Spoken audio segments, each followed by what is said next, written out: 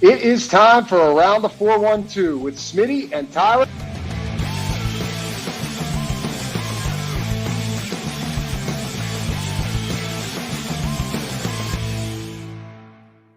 Welcome back to another episode of Around the 412. I am Tyler. With me, as always, is my co-host Smitty. Go follow us on all of our social medias at Around the 412. If you're not watching the show there already, go check us out on YouTube. Subscribe to the channel. Hit the notification bell so you never miss a video. And also follow us on all of the listening platforms where you can find the podcast as well. Check out the description of each and every show where you can see all the links to our great sponsors. And if you're interested in sponsoring Around the 412, hit us up. Our email is in our bio on Twitter, as well as our DMs are open on all our social media, so you can hit us up. Good stuff. Talked about it last week. I will talk about it again at the top and at the end of the show, but the Horst Nickel Memorial Golf Outing, first annual Memorial Golf Outing. I know it's going to upset Sarge. First annual. Yeah, well, you know what? Give us your thoughts on that as well. I want opinions on how people feel about saying. Yeah, we asked in the Steelers show, but we know that there's some Penguins only listeners probably. So, First annual, is that a thing? Especially for this episode, I feel like we might have people that maybe weren't right. Maybe this is the very first episode of Around the 412 that you're catching. But anyways, Horst Nickel first annual Memorial Golf Outing going on at Fox Run Golf Course on Saturday, August 16th, 9 a.m. Register your group of 4 by July 5th. A foursome, if you will. Yeah, I'm not saying it again on here. The link that we have down below will take you to the Facebook page for the event itself, and then from there you can go to the registration page and register your group. So looking forward to that. I will definitely be there. I know there's going to be a bunch of prizes and giveaways and stuff like that. And on behalf of us, behalf of friend of the pod, the program, Pat Frymuth will be signing a jersey for the golf outing. So very excited for that. Again, we'll talk about at the end, but that link is down below. Saturday, August 16th, 9 a.m., Fox Run Golf Course. A lot of news going on in Pittsburgh. If you watched the Steelers episode, we got a new quarterback in town. If you're watching this episode, we got a new head coach of the hockey club. The Pittsburgh Penguins making an official coaching hire. Dan Muse, former Rangers assistant coach, was also with the Predators. Also has a little bit of a relationship with Rutger McGroarty going back as well, and a great track record in terms of developing young talent. I think that's probably the most widespread notion that I've seen in terms of what was put out there. The reviews of the hire have been, this is what this guy's track record is. This is what he's good at, because the head coaching resume a little light. So I can understand why there's some skepticism, but with where the Penguins are right now, with the state of the organization, I know that you look at the group of guys that are the elder statesmen, the Crosbys, the Malkins, the Letangs, the Carlsons of the world, and who knows what's going to be going on with his future, Raquel Rust. But really, the focus should be on the development of the youth here. So this isn't the Mitch Love that we talked about. Maybe this name came out of left field for a lot of people, but based off what I've seen, I got no issue with it. It's not a retread like we had talked about. And I'm excited to see how this one plays out, because it seems like he's got a little bit of a more analytical approach, and he's willing to lean into relying on young players. Along with probably, I would guess 95% of people who reacted to this hiring was like, who the hell is this guy? Because nobody was talking about him. Well, he was up in the Pirates broadcasting booth prior to being hired by the Penguins. Or you can find him on 93.7 with Andrew Filipponi. Again, nobody was talking about him.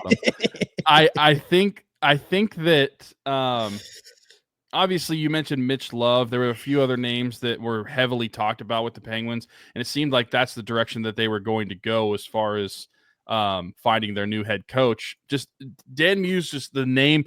I had heard of the name Dan Muse before. I didn't know much about him himself until he was actually hired as the Penguins head coach. So I'm not going to sit here and say like, oh, I know who this is, but like I had heard of the name before and was a bit surprised whenever that was the name. But the more I looked into Dan Muse, I think that this is my favorite hire of someone that I've never heard of before. Because I just like I like the tenure that he has had in his coaching career. like you mentioned, not a lot of head coaching experience. If you want to talk about head coaching experience, most of that has been at the juniors level on the national level with the United States National Team Development Program. And then he also head coached the Chicago Steel of the USHL back whenever the Penguins were winning cups in 15 and 16. So that was a long time ago for a lot of people. In the NHL, though, he's only had a few stints in the NHL, coached with the Nashville Predators from 2017 to 2020, and then was with the New York Rangers most recently as an associate head coach or associate coach in 23 and 24. And his responsibilities with both of those NHL clubs were covering the penalty kill. And so as I've digged into this, I really like this hire. I'm really intrigued by this hire. This is not me saying that I think that this is meaning that the Penguins are riding the ship immediately, that they're all of a sudden going to be a contender or even a playoff team. I don't think so. I still think that if I'm making a prediction as of recording June 5th, I think that the Penguins are probably going to be around the same place that they were this past season and end up in the same area as far as where they're sitting in the standings. But in the long term, or even the short long term, I really like this for a couple reasons. I mentioned how he coached in Nashville and he coached in New York at the NHL level. In those 5 seasons that he was in both of those clubs respectively, the penalty kill for all those teams except for one season, 4 out of the 5 seasons were top 10 in the league. 3 out of the 5 seasons, it was top 5 in the league. And 1 out of the seasons, it was top 3 in the league in 23-24 with the Rangers. He had a top 3 penalty kill in the league. If you have watched Penguins hockey over the last several seasons, I feel like penalty kill was something that we could always rely on. And I feel like that has slowly started to tick down season after season, what we've seen from the Penguins special teams. And so from that standpoint, this is something that has me excited. I think that the Penguins are going to get better in their own end, at least on special teams when it comes to the penalty kill. I like the experience that he has with that. And I like that he has a focus on the developmental program from the United States. We have seen what the United States juniors has turned into. It is a full-fledged national program now that is one of the most premier juniors programs in the world. They are up there with Canada as far as the best juniors programs in the world. Dan Muse is part of that. He was head coaching of the U18 juniors team, the USA U17 juniors team a few seasons ago. He won a world championship with the U18 juniors team with the United States. I think that this is something that the Penguins desperately need out of their head coach and out of this organization, really. We've talked about for, it seems like the entire time we've had this podcast, but especially since they haven't been winning games, how the farm system with the Penguins has been so poor for basically the entire existence that we've which you accept when you're winning, but you accept when you're winning. When it comes to an end, and a lot of that has to do with trading the picks away whenever you are winning. But when you're not winning, it sucks. And trying to get better sucks whenever you don't know how to develop your players. This is something that I think is going to be great for the team and great for the franchise. Bringing in somebody that has that type of mold as a coach. He's not somebody that is going to come in and I feel like will you to the playoffs. Like, I don't think that anybody should get that out of this hire. I think that this is a medium to longer term, and you take those terms lightly because the shelf life for an NHL coach is like 2.5 seasons. But when I say medium to longer term, I think that this is a plan of Kyle Dubas for the next 2, 3, 4 seasons of trying to develop this team to play better hockey. I think this is more of a head coaching hire for players like Rutger McGroarty, who you mentioned has a relationship with Dan Muse, Ville Koivunen. We'll see with another one that gets brought up a little bit later, but Vasily Ponomarev, if he stays in the NHL, what that could turn into. Harrison Brunick, if that turns into something at the NHL level this season.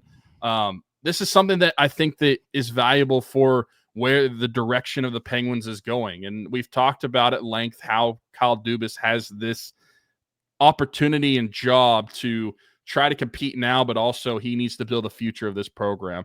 And I feel like this is a hire that is showing his hand a little bit in that he's leaning more into building the future of this franchise. He's leaning more into developing these younger players and getting better for the future.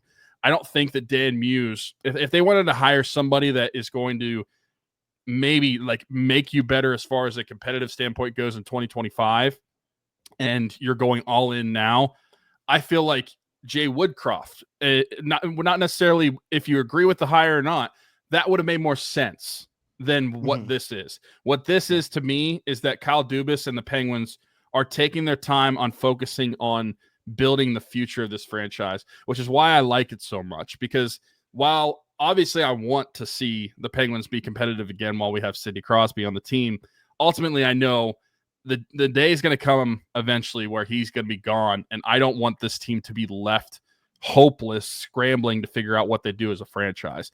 And I think that they hired somebody that has at least the pedigree from his coaching tree to right the ship in terms of a development standpoint and from some of the younger players.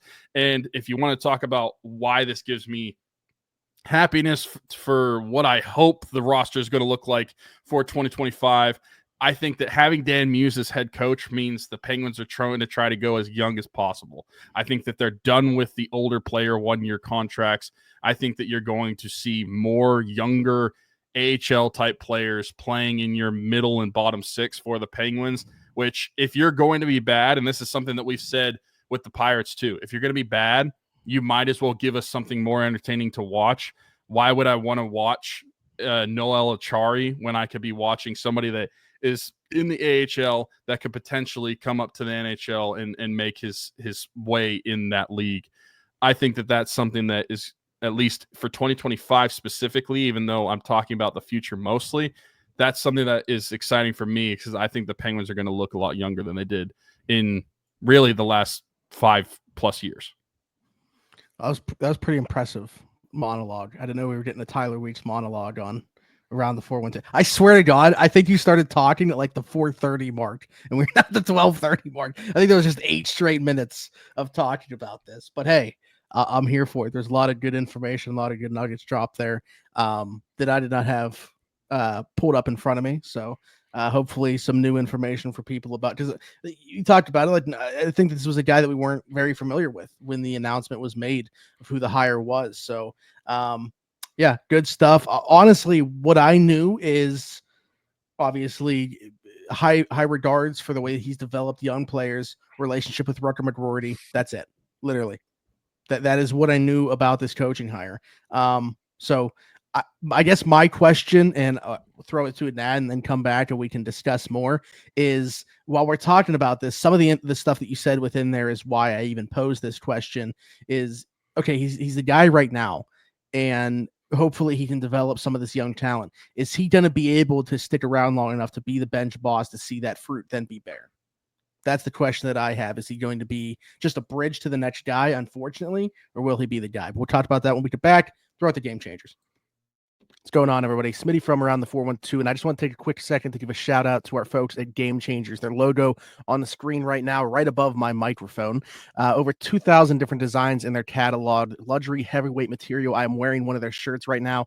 Best vintage t-shirts in the game. Head over to gamechanger.la or pick6.la to pick up some shirts. And guess what? Use code AT412. Save yourself $10 on your order every single time. Again, gamechanger.la or pick6.la. Best vintage t-shirts in the game. Check them out. I want to get your thought on that, though, because to me, this wasn't the David Quinn very clearly tank through once, who, by the way, is joining Mike Sullivan on his Rangers staff along with Ty Hennis. This wasn't that route.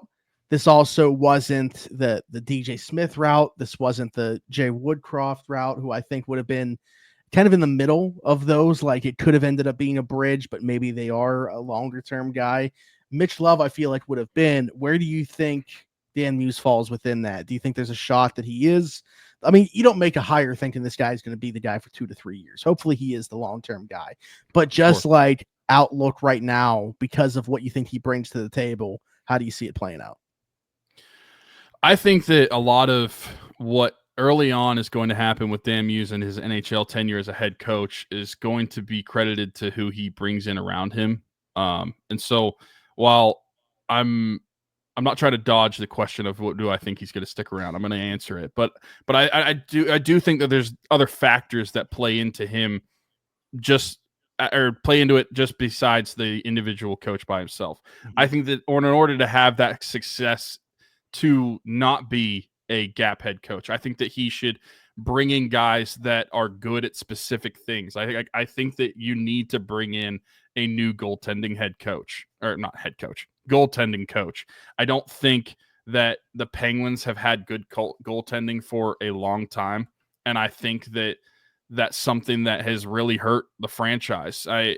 Even when they were winning, I think it's something that it hurt the franchise because a lot of the losses that we were talking about, we could relate back to goaltending. So when it comes to Andy Chiodo, I don't think that he should be around. I think that they should replace goaltending coach. I think that if I'm Dan Muse, I'm bringing in somebody that is a power play savant, or trying to bring in somebody that can figure out a power play at the NHL level, because for years the Penguins have not been able to figure that out, no matter who was coaching the power play. And we've talked about it a ton ever since Phil Kessel left this team in 2019. So we're talking about the better part of 5+ years. The Penguins power play has been disappointing. And I think that that's something that I would surround myself with, trying to find coaches around me that will set me up for success. And a lot of that maybe too is finding an assistant coach that has had head coaching experience in the NHL level. I think that that's something that could be valuable to a first-time head coach. And that's not to say I think that's a replacement, but I just think that a lot of the success Dan Muse is going to have that would prevent him from being a stopgap coach is going to be who he surrounds himself with behind the bench. But I don't think that, obviously you mentioned too, Kyle Dubas, you're not hiring a guy to think that he's only going to coach for two to 3 years. Like, you're hoping that this is going to turn into a long-term thing. I think that Kyle Dubas, from his point of view, is the long-term thing. And I relate that back to what I was talking about with why I think the Penguins hired Dan Muse, the direction they are going as far as what the focus is for the franchise. I feel like he's not necessarily a stopgap head coach because of the type of coach he is, the developmental head coach. I don't think that you fill in, like, I have a hard time believing that Kyle Dubas would bring in Dan Muse as a head coach so he can coach up these players, develop them better, and then move on from Dan Muse, because the reasoning is if you're coaching up these players to play better, wouldn't you that in turn mean the team is playing better, which means that Dan Muse is doing better from a team standpoint? Like, I just feel like that would all be connected. And so from the type of player coach that he is, I think that you're looking at somebody that is not going to be viewed as a stopgap head coach if you were to ask Kyle Dubas. And maybe that answer is different from other people around the league. I just don't view it that way because of Kyle Dubas's intentions, and also just the type of guy he's been in his hockey career as a coach. I don't think that the developmental side of things would say that he is going to be a stopgap head coach for someone that is necessarily better. Like, I don't view him as what we talked about with, like, is Derek Shelton the right guy with the Pirates, where can he make this club better, but can he take them over the top? I don't think that I view him that way. I would, and obviously this is a lot to say whenever he's been the Penguins head coach for a day, but we'll see it play out on the ice. I just don't think that the two, and like, I don't see how the way he's a stopgap head coach is if he fails is what they hired him for, if he's not developing these players. That's how I see him being removed. The big question for me is going to be patience, because I don't think that you're going to see the results early on. And is that just going to be like, is that what's expected internally? to not see those results. I think with what we've talked about with the approach that Dubas has had, I think it's an interesting needle to thread. Still trying to be like somewhat competitive and give Sid and those guys an opportunity to still be competitive and try to win, while also realizing you're not there and you need to have an eye on the future. But if those results aren't yielded right away because of giving opportunities to younger players and the growing pains that are associated with that, is that just going to be okay? Or is there going to be pressure to win early on? Because if there's pressure to win early on, then that's where I could see things going south early and why he wouldn't have a very long tenure. That's why it rose in my mind. Right. No, and I think those are valid points. I just think that this is such a different head coaching hire because it's someone that is. Well, it's the first one we've seen Dubas make as a Penguin. Obviously, we didn't know what to expect in terms of the type that he was looking for. This now tells us. Mm-hmm. Yeah, and I like the direction. I like the vision of what Dubas is going for with, which is why I think, regardless of how this pans out, it's another one of those things where you can understand the process even if the result doesn't pan out. And that this is why I'm happy about this being the direction, regardless of knowing how good the head coach is going to be, over going the route of a DJ Smith. This is why this is the route that I prefer. Like staying in the middle, basically, like not putting all your eggs into one basket of future or competitive now. And who knows? I mean, maybe Dan Muse is going to be a decent head coach. Maybe he does get more out of the players than what you saw out of the later years of Mike Sullivan. But I'm excited about the future of this team. I'm excited about what he can do for Rutger McGroarty, Ville Koivunen, and I would love, and this is a younger guy, and we haven't brought this up because this is our first Penguins show in a while. I want the Penguins to trade for Marco Rossi so bad. He's a young player that it doesn't seem like the Wild are going to extend. And I know that he's small, but man, he is good. Listen, I can understand, like, if he's a prospect that you haven't seen play in the NHL yet and you're questioning the size, then I get it. When it's already somebody you've seen produced in the NHL, what are we doing? Like, I don't understand. In the contract ask 7x7 or whatever they're talking about in terms of what his camp is looking for. My God, I mean, there's few teams that I feel like fit that more than with the Penguins right now with where they're at. Again, a 23-year-old center, Gino's going to be on his way out. Heck, I would have him play second line center for Gino, or play Gino on Sid's wing in his last year just for fun. But either way, whether, I would have Sid and Rossi be the top two, and Gino can either play on Rossi's wing or he can play on Sid's wing. I feel like it's probably more palatable and easier for Gino to transition if you say, hey, like, we're taking you off the center spot. We know that was an issue with Gino early in his career, but now probably more receptive to it. And certainly to me would be even more receptive to it if it was like, hey, you're playing on Sid's wing for the last year of your career. You're gonna start your career the way it started. Yeah. So I love the idea of literally from all aspects. Like, that is how, again, if you're not going to be good, at least be entertaining, and going out like that. I mean, that would be awesome to see. So, and then just in terms of, the fit for Rossi, I mean, with where this team is at, I feel like he's the perfect type of guy to say, we maybe at one point in time we thought Gensel was going to be kind of that like flag barrier post Sid. To me, I don't know that this is I don't think he's a franchise player, but I think he's a long-term piece within like a number 2 center. I don't even know if he's a number 1 center, but I think he is a number 2 center and a very good one. Despite the size. And we've already seen him do it. Again, if he's a prospect coming at his size and you have those questions, I get it. A guy that's already produced 60 points or whatever in the NHL at his size, what are we questioning? Yeah, last year, 60 points in 82 games. That's another thing. You would think that a guy of his size, because I feel like there is a tendency to have a negative notion towards anybody that is like 5'10" or below in the NHL. Like, and that's just the nature of the sport. But he has played 82 games in the NHL the last 2 seasons. Hasn't missed because of injury, even though he's 5'9", 180 pounds. I would say that's a good thing to have, is someone that plays every single day. But yeah, 2 years ago, 40 points in 82 games, made a jump to 60 points in 82 games this season. 24 goals, 36 assists, 23 years old. I think it makes a ton of sense for the Penguins. As far as a move that could affect you in the immediate and also help you for your future, I think this makes so much sense. Would you trade?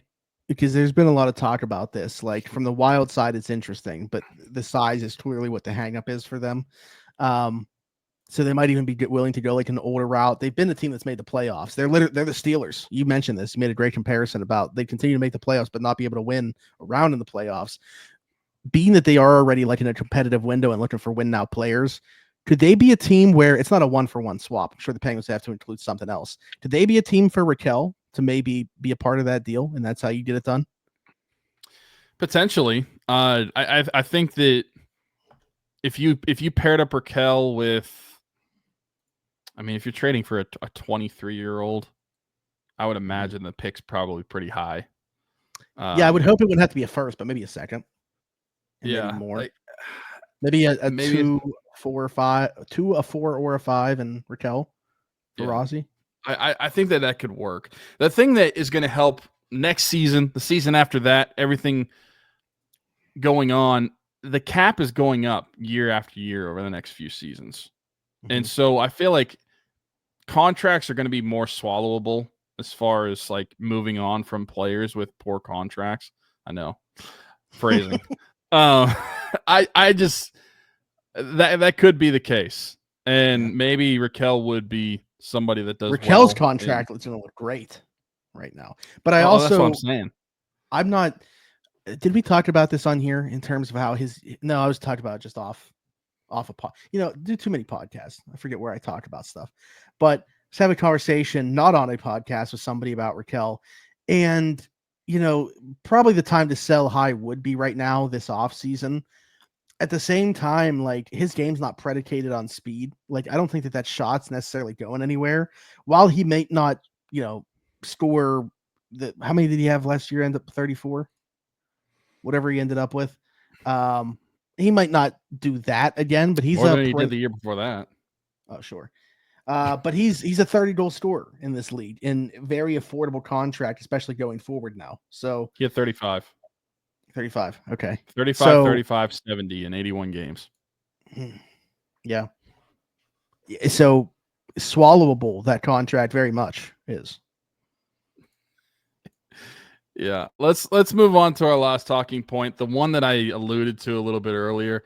Vasily Ponomarev is a player that was involved in the Jake Guentzel trade, which I was prepared to come on this podcast and talk about how the Jake Guentzel trade is looking more disappointing now. But now I have to halt myself because I don't know where the confusion was, whether it was just Russian translation or just misinformation. It came out on, was that yesterday? As far as like Wednesday, that Vasily Ponomarev was going to be moving on from the NHL and going to the KHL.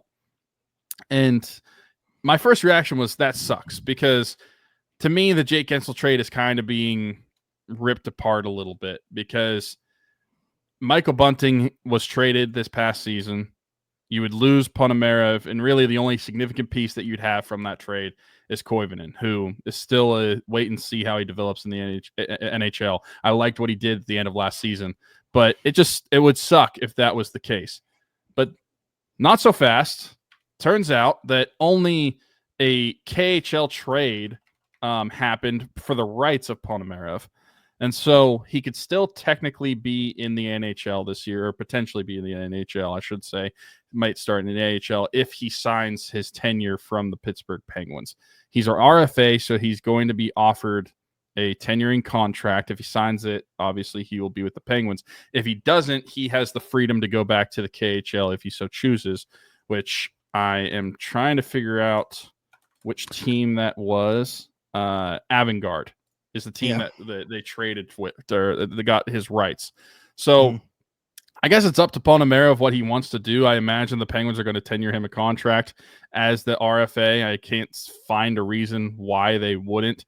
Someone who had a cup of coffee in the NHL last season with a few few appearances in the NHL. No points, but someone that I think would benefit from what I've been talking about with this Dan Muse hire. And so we'll see how it goes this summer, what he decides to do. Ultimately, if they do tenure him a contract, even if he doesn't sign it, I believe that they could allow him to go. He could be allowed to, if he's offered the contract, to go back to the KHL if he wanted to for a year or two and then come back to the NHL, and the Penguins would still have his rights. Similar to what Philip Hallander did with Sweden, or no, Finland, excuse me. So we'll see how that goes, but there was a little confusion with Ponomarev, but it's cleared up a little bit now. If I'm taking a guess, I think he wants to go back to the KHL. Yeah. I think, well, I mean, I say taking a guess, but he was on a podcast, which I assume was probably like a Russian one or something, but like he was talking about it and said that he wanted to go, like he doesn't feel like he's been given the opportunity in the NHL, even going back to his time in Carolina. And he prefers to go back to the KHL. So I'm kind of leaning towards that being the way that things go for him there. Which is unfortunate because, I was having a conversation with this. It was actually Twitter follower, King Clarkey, great follow for anybody that's into hockey. Was talking with him and Jace about it.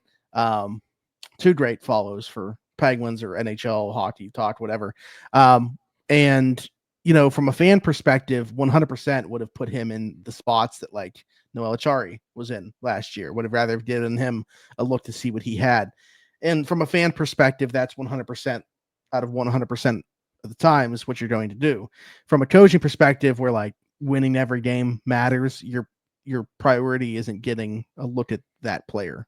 So I get it. It's unfortunate that it's happened both in Carolina and Pittsburgh, where he hasn't been able to carve out a full-time role for himself in the NHL. But yeah, I'm kind of leaning towards him going back to the K, just based off everything that I've heard. Yeah, if that happens, it sours that Jake Gensel trade a little bit more, like I was talking about, but it is what it is. I mean, you gotta look at it like a trade tree, I guess, though, at this point, right? Because you mentioned Bunting not being in here anymore, but they got Tommy Novak back in that, and Shen, who then they turned into another second and fourth round pick. That's fair. So, yeah, that's fair. I mean, yeah, you got to start to go down the rabbit hole a little bit with that. It just I think my main focus is that it stinks because those two prospects with Ponomarev and Koivunen were the two main pieces that we talked about in that Gensel trade, and one of them would be gone. Yeah. So that would stink from that standpoint. But I mean, I'm sure he would definitely get more playing time in the KHL than what he's gotten in the NHL right now. And I don't know exactly how the KHL salaries work. I know it's fewer than the NHL, but maybe as far as like a league minimum or like a two-way contract in the NHL, he might be making more money going to the KHL anyway. So yeah, I don't know. Yeah, possibly. I don't know. Be interesting to see how things work out. But like you said, it's kind of unfortunate because you feel like, if this was coaching hire was made last year or something like that, maybe it's a different conversation. We're not seeing him feel like he needs to make a move like this in his hockey career. But we'll see how things play out for him and if he's going to be here, if he's going back to the KHL or what his plans are. But anything else you want to discuss? Nope. I'm just curious now. I think the next Penguin news that needs to drop outside of like the draft coming up at the end of the month is who, and I talked about this, who Dan Muse is going to surround himself with. I will be curious to see what news from the coaching standpoint continues to develop with the Penguins. And the other thing that we need to have happen, we put out the bat signal, Jesse Marshall, to join the podcast and talk with us about some draft prospects and the hiring of Dan Muse and maybe how he fills out the coaching staff. And then, of course, Josh Getzoff, friend of the show, got to come back on some point in the offseason as well and tell us who the Penguins should sign and then ultimately end up being one of the worst franchise moves that they've made. So just kidding, Josh. But anyways, be sure to like, subscribe, hit that notification bell. If you are here on YouTube, hit us with all your thoughts in the comments. Leave us a 5-star review and subscribe if you're listening somewhere else, Apple, Spotify, wherever you get your podcast from. Now that I'm looking at it, I think we got on such a rant. Did we even play the key? If we only played the Game Changers yet? I don't think we played the Keeks yet. I don't think so. Yeah. Well, you know what? Under Sullivan, Vasily, you weren't making the cut. Smitty from around the 412 here. And while I may not have much hair, the hair that I do have will not be cut by anybody besides Keek at Keek's Barbershop. My friend Christian Circle, been with us since day one. Keek's Barbershop, located 401 Burkitch Way, Suite 2 in Beaver, PA. Download the app The Cut. Book an appointment with Christian today, or you can do walk-in with Tony or Ashley. But again, Keek's Barbershop, 401 Burkitch Way, Suite 2 in Beaver, PA. Go check them out. Old school vibe in there. Absolutely love it.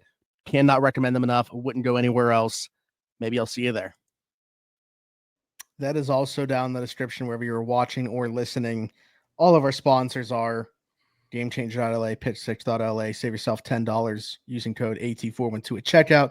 Keeks, which we just talked about. Right above Tyler right now, Marcello Electric, our friend Brandon Marcello, a.k.a. Boots, his small business serving Beaver, Allegheny, Lawrence, and Butler County. Whether it's residential, commercial, or a service call, he's got you covered. Hit him up, 724-614-0611. Again, that's Marcello Electric, 724-614-0611. But the link down below will take you to his Facebook page, all the work he's done, his new van, how to contact him.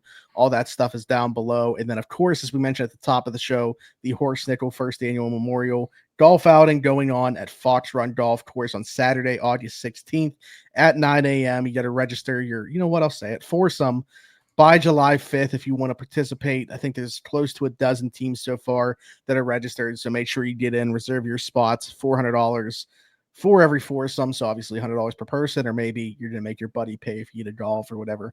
However it's going to go. A lot of great prizes and stuff like that for those that will be in attendance, including friend of the program, Pat Fryermuth jersey will be a part of it as well. Maybe Pat McAfee's giving something away. I don't know. He does a lot of giveaways. You know why I said that? I'm like scrolling on Twitter or kind of on the side here, as I always am in case something drops, it's pertinent. And I was on his Twitter account. Okay. 40 and slip. But yeah, Pat Fryermuth jersey will be a part of the stuff over there as well. So go over to the link, get your stuff registered, and make sure that you're part of the group. But anyways, again, be sure to like, subscribe, hit that notification bell, hit us up on everything, follow us everywhere at Around the 412 for Tyler and for Smitty. This has been the Around the 412 Penguins show, and we'll see you guys next time.